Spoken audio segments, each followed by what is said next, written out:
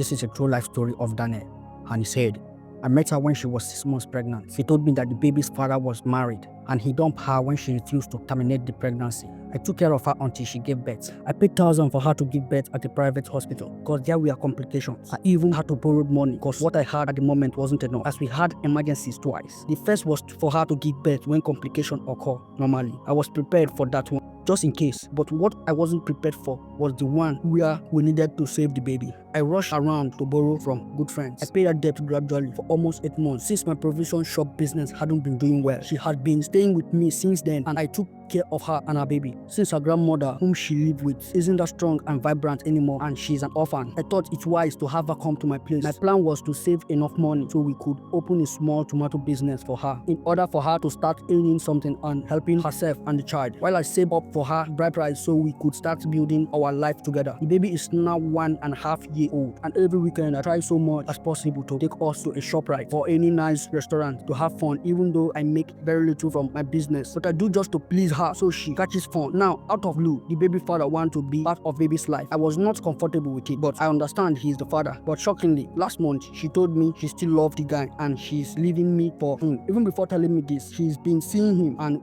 she's currently carrying a second child for him. Even though she's been very protective and avoiding me getting her pregnant, have knelt, cried, have pleaded for her to stay with me. I love this girl so much. I believe we all make mistakes because no one is perfect. I was willing to forgive her and accept the second child as mine without the biological father knowing of its existence, but she had told me about the pregnancy already even before she told me. Basically, she dumped me, a guy who took care of her and was busy saving money for bride price, to be a side chick again to someone who dumped her when she needed him the most, because the guy had promised her marriage. I don't want to lie, I'm more disappointed than hurt. We made so many plans for the future and I was looking forward to spending the rest of my life with her. I'm 38 years old. At this stage, I doubt I will ever be with another woman.